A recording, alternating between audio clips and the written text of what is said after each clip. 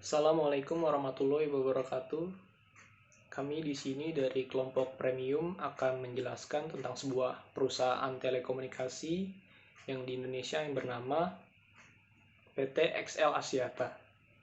Sebelumnya perkenalkan nama saya Daifullah Dharma Apri, NIM 106119052. Sebelum itu kita akan membahas tentang sejarah berdirinya PT XL Axiata hingga sekarang. PT XL ini dibangun pada tanggal 8 Oktober 1996 dengan nama PT XL Komindo Pratama. PT ini merupakan perusahaan swasta pertama yang menyediakan layanan telepon seluler di Indonesia secara resmi, meluncurkan layanan GSM setelah mendapatkan izin operasi GSM 900. Dan pada tahun 2005, perusahaan melakukan penawaran saham perdana dan mendaftarkan sahamnya kepada Bursa Efek Indonesia. Pada saat itu, anak perusahaan yang bernama Indosel Holding, yang sekarang dengan Axiata Invest, yang sekarang dikenal sebagai Axiata Investment, yang seluruh sahamnya yang dimiliki oleh TM International, telah berganti menjadi Axiata Group dan bermerger dari XL Komindo dan Axiata menjadi XL Axiata. Saat ini mayoritas saham XL Axiata dimiliki oleh Axiata Investment Indonesia sebanyak 66,4% dan sisanya dipegang oleh publik sebesar 33,6%. Dengan demikian, XL Axiata merupakan anak perusahaan dari Axiata Group yang merupakan grup di bidang telekomunikasi terbesar di Asia. Adapun beberapa anak perusahaan maupun asosiasi lainnya yang telah tergabung dalam grup adalah Celcom dari Malaysia, Dialog dari Sri Lanka, Robi dari Bangladesh, Smart dari Kambodia, dan Ncell dari Nepal. Sebagai salah satu perusahaan telekomunikasi terbesar dan terkemuka di Indonesia, melalui jaringan dan layanan yang luas di seluruh Indonesia, XL telah menyediakan layanan bagi pelanggan retail dan menawarkan solusi bisnis untuk pelanggan korporat. Layanan-layanan ini meliputi data, voice, SMS, dan layanan bernilai tambah telekomunikasi seluler lainnya. XL Axiata mengoperasikan jaringan pada teknologi GSM 900/DCS 1800 and IMT 2000/3G. Sebagai perusahaan telekomunikasi di Indonesia, XL telah terus menyediakan kualitas layanan data terbaik bagi pelanggan dengan meluncurkan dan meningkatkan jaringannya. Jumlah BTS XL Axiata saat ini telah mencapai 101.000 BTS dengan layanan 4G LTE yang saat ini tersedia di hampir 360 kota dan wilayah Indonesia dengan lebih dari 17.000 4G BTS. XL Axiata terus berinovasi dan merupakan operator telekomunikasi pertama di Indonesia yang meluncurkan 4.5G siap dengan spektrum 1,8.000 MHz. Nama saya Erika Gunawan, NIM 106119050. Di sini saya akan menjelaskan salah satu fungsi dari manajemen, yaitu planning atau perencanaan. Seperti yang kita ketahui, di setiap perusahaan atau sebuah organisasi, setiap divisinya pasti memiliki suatu rencana yang dirancang, sesuatu yang akan dirancang yang membicarakan bagaimana nanti kelanjutan dari sebuah perusahaan itu, bagaimana mereka akan bekerja nantinya. Maka dari situ perencanaan ini sangat penting, sehingga perencanaan atau yang kita sebut planning ini memiliki arti, yaitu membangun sebuah strategi untuk mencapai tujuan tersebut dan mengembangkan suatu rencana yang akan mengkoordinasikan dan mengintegrasikan rencana kerja. Karena perencanaan ini merupakan salah satu fungsi manajemen yang sangat mendasar, sangat awal, sehingga perencanaan ini sangat-sangat menentukan bagaimana kesuksesan suatu perusahaan tersebut. Sehingga ketika kita tidak merencanakan, dibicarakan secara matang-matang sebelum kita melakukan kerja, maka mungkin suatu perusahaan itu tidak akan berjalan dengan lancar. Menurut Robbins and Kocher, perencanaan memiliki 4 manfaat. Yang pertama ialah perencanaan sebagai pengarah, yang kedua perencanaan sebagai meminimalisasi ketidakpastian, yang ketiga perencanaan sebagai meminimalisasi pemborosan sumber daya, dan yang terakhir adalah perencanaan sebagai penetapan mutu, pengawasan kualitas. Selanjutnya adalah tipe-tipe dari perencanaan. Tipe-tipe dari perencanaan itu terbagi menjadi 4, berdasarkan 4, yaitu yang pertama berdasarkan luasnya, yang kedua berdasarkan waktu, yang ketiga berdasarkan spesifikasi, dan yang keempat berdasarkan frekuensi penggunaannya. Pertama, berdasarkan luasnya itu dibagi menjadi 2, yaitu strategic goals dan operational goals. Dimana strategic goals ini suatu perusahaan memakai satu visi, tetapi dipakai untuk seluruh aspek satu perusahaan tersebut. Dan yang operational goals ini visinya itu hanya untuk per divisi saja, tidak secara menyeluruh satu perusahaan. Dan yang kedua itu berdasarkan time frame atau waktu. Dibagi menjadi 2 juga, ada long term goals dan short term goals. Excel Axiata ini memakai keduanya, dimana long term goalsnya itu ia ingin membuat sebuah teknologi baru dan membuat kembali visi dan misi perusahaan untuk jangka waktu 4 tahun, karena long term itu dia suatu perencanaan yang untuk jangka waktu yang lama. Kalau short term itu Excel Axiata ingin membuat data analisa dan pengembangan sumber daya manusianya kurang lebih selama 1 tahun kurang. Yang ketiga adalah spesifik.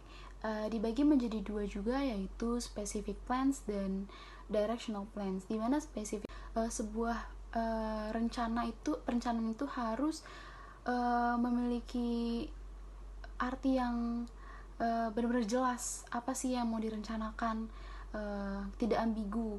Terus kalau misalnya directional plans itu harus terarah, yang direncanakan harus benar-benar terarah dari A sampai Z, seperti itu.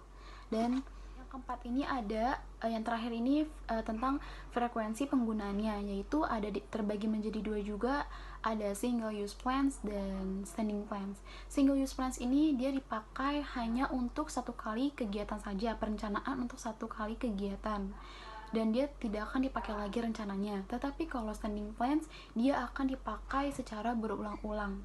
Nah, dalam perusahaan Excel Axiata ini dia menggunakan standing plan, yaitu dengan konsep SMART, yaitu S-nya specific, M-nya measurable, A-nya attainable, R-nya realistic, dan T-nya timing. Spesifik itu seperti mereka harus jelas secara spesifik apa yang akan mereka jual, seperti misalnya mereka akan menjual produk SIM card. Kemudian yang kedua itu ada measurable, mereka akan mengukur bagaimana di luar sana itu pasar penjualan itu seperti apa, saingan mereka. Dan yang ketiga itu ada attainable itu pencapaian penjualan mereka, seperti misalnya per hari itu mereka harus menjual 20 produk SIM card, tetapi yang mereka jual hanya dapat 10 produk saja. Kemudian ada lagi realistik itu mereka harus menjual itu harus dengan secara realistis, misalnya seperti menjual 100 produk dalam sehari, itu kan masih dalam hitungan realistis. Terus yang terakhir itu ada timing, mereka akan memikirkan waktu yang pas untuk melakukan, kapan nih waktu yang pas untuk melakukan penjualan. Mungkin itu yang dapat saya sampaikan tentang mengenai salah satu fungsi manajemen, yaitu perencanaan atau plan. Halo, nama saya Faiza Tabita Hafira dengan NIM 10611919056. Di sini saya akan menjelaskan tentang managing.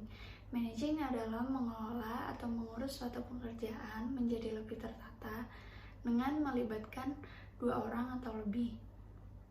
Di sini saya akan mengaitkan 2 teori. Yang pertama itu high performance work practice.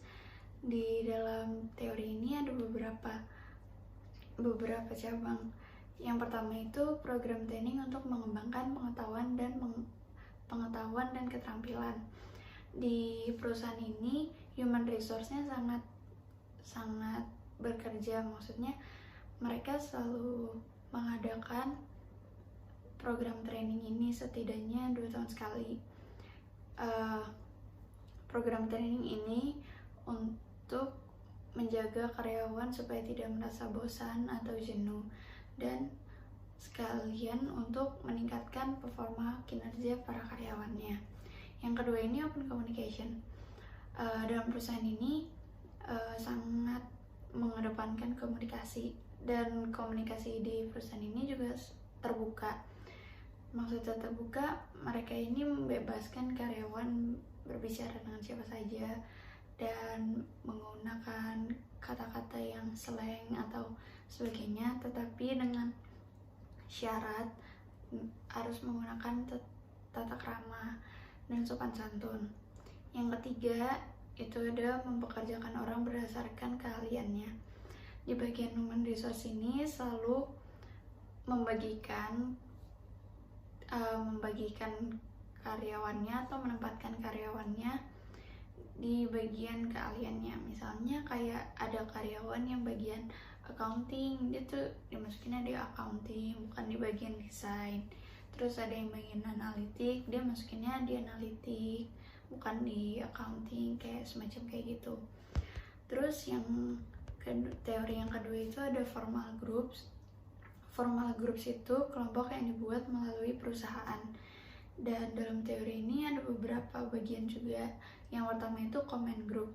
Command group itu ditentukan oleh bagian organisasi dan individu langsung melapor ke manajer. Jadi misalnya ada kan di perusahaan itu ada bagian-bagiannya. Nah, jika kayak satu karyawan ada masalah, terus dia tuh nggak bisa langsung ngomong sama direktur gitu, atau ngomong sama HR ini, HR. Terus mereka tuh harus ngomong melalui manajernya dulu, nanti manajernya menyampaikan ke HR, nanti HR-nya baru nanggepin kayak gitu. Terus yang kedua itu ada task group. Task group ini dikumpulkan 2 orang atau lebih untuk mengerjakan hal yang sama. Jadi di perusahaan ini selalu ada project, entah itu per 6 bulan atau tiap tahun mereka pasti ada project. Nah, projectnya ini pasti selalu dibagi oleh beberapa grup, misalnya sekitar 7 atau 8 orang untuk menyelesaikan project ini. Nah, projectnya ini biasanya untuk mengembangkan perusahaan, tapi yang lebih utama biasanya meningkatkan performa kinerja para karyawannya ini. Terus yang ketiga ini ada cross functional groups, yaitu dimana individu memiliki latar belakang yang berbeda. Jadi latar belakang ini bisa bermacam-macam, misalnya kayak ada si A ini dari Medan. Nah, Medan kan biasanya terkenal sama orangnya yang keras, terus tegas gitu. Terus sedangkan ada orang B, nah orang B ini dari Jawa misalnya. Nah, orang Jawa kan pasti terkenal lembut gitu dan segala macam.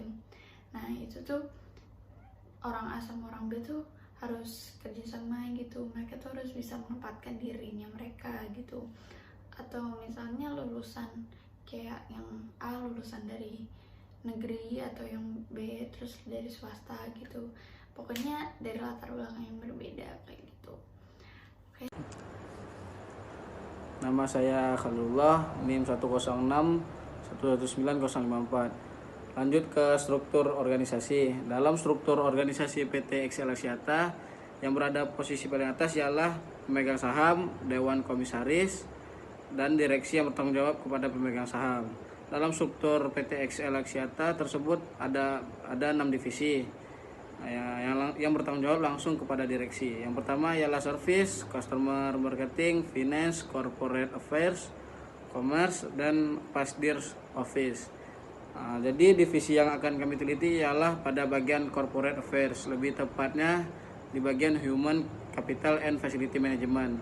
Human capital ialah upaya untuk mengelola dan juga mengembangkan sumber daya manusia yang ada untuk meraih tingkat terpenting yang lebih tinggi secara kinerja, dan facility management ialah melakukan suatu manajemen dalam mengendalikan sebuah sarana dan prasarana yang dimiliki oleh suatu perusahaan. Di saat suatu perusahaan mencapai titik di mana semakin berkembang dan pekerjaan semakin banyak, di saat itulah divisi ini sangat diperlukan. Karena divisi ini yang akan menentukan apakah perusahaan tersebut memerlukan karyawan baru atau hanya membuat kebijakan baru, yaitu kebijakan overtime yang biasa dikatakan biasanya lembur pada karyawan-karyawan yang ada di perusahaan tersebut. Nama saya Malira Putri Anissa, NIM 58, akan melanjutkan penjelasan yang sebelum dijelaskan oleh Halil. Jadi, teori yang dapat dikaitkan dengan human capital ini adalah chain of command, karena chain of command memiliki otoritas untuk memberikan arahan kepada bawahannya, dan bawahannya apabila memiliki kendala dengan mengerjakan tugas yang diberikan oleh atasannya, ia harus segera memberitahukan kepada atasannya agar diberikan solusi. Selanjutnya ada perbaikan signifikan untuk meningkatkan pengelolaan sumber daya manusia. Yang pertama ada onboarding, yang kedua ada recruiting, yang ketiga ada succession, yang keempat ada performance management, dan yang kelima ada career development. Untuk memfasilitasi peningkatan dan efektivitas dan efisiensi organisasi, yang kedua pengembangan kapabilitas karyawan, yang ketiga peningkatan ketertarikan karyawan kepada perusahaan. Nama saya Alia Kafka Nabila, NIM 1061190060. Oke, selanjutnya ada leading. Dalam organisasi tersebut akan berjalan dengan efektif dan baik apabila di dalamnya terdapat seorang pemimpin yang dapat mempengaruhi organisasi tersebut. Dalam perusahaan yang kami teliti, khususnya di bidang human capital, Bapak Nasruddin Ismail selaku pemimpin di bidang tersebut selalu memastikan bahwa bawahannya melakukan pekerjaan dengan baik dan sesuai dengan planning yang telah dibuat. Ia juga melakukan meeting setiap 2 minggu sekali dan selalu melakukan perubahan baik di bidangnya maupun untuk kepentingan perusahaan. Bapak Nasruddin selalu melihat dengan situational leadership theory, di mana ia melihat kapasitas bawahannya, dan ia juga menggunakan gaya kepemimpinan, leadership, dan coaching, di mana beliau selalu bertindak aktif dan mengawasi dan memberi tugas kepada bawahannya untuk dikerjakan dengan benar. Beliau juga selalu memberi dukungan kepada bawahannya agar tercipta hubungan yang baik. Kami memiliki pandangan bahwa Bapak Nasruddin masuk ke dalam PET Goal model, atau bisa dijelaskan dengan ia selalu mendampingi dan selalu mendukung untuk kepentingan divisinya tersebut maupun untuk kepentingan perusahaan. Nama saya Hanifah Nurul Hidayat, NIM 106119048. Kemudian tugas dari manajemen yang terakhir yaitu controlling. Controlling atau pengawasan ini merupakan suatu rangkaian kegiatan dengan mengamati, membandingkan, dan memperbaiki kinerja pekerjaan di dalam suatu perusahaan. Suatu perusahaan akan dikatakan sukses jika para pegawainya merasa terbantu untuk menyelesaikan tugas yang mereka miliki dengan untuk mencapai tujuan dari perencanaan perusahaan. Maka dari itu perlu dilakukan adanya controlling ini. Di dalam perusahaan XL, dalam divisi Human Capital, pengawasan dilakukan dengan monitoring, checking, dan evaluasi. Dengan adanya diterapkan sistem SMART atau Specific, Measurable, Attainable, Realistic, dan Timing yang akan mempermudah proses controlling. Controlling juga dapat dilihat apakah perencanaan dari perusahaan sudah tercapai atau belum tercapai. Setelah melakukan pengawasan, perlu diadakan evaluasi. Di dalam divisi Human Capital ini, untuk mengukur kinerja dengan menggunakan cara concurrent control dan feedback control, yang mana terjadi sebelum aktivitas kerja dan setelah pekerjaan tersebut selesai. Controlling ini sangat penting agar terhindar dari suatu kesalahan yang akan berakibat fatal kepada perusahaan tersebut.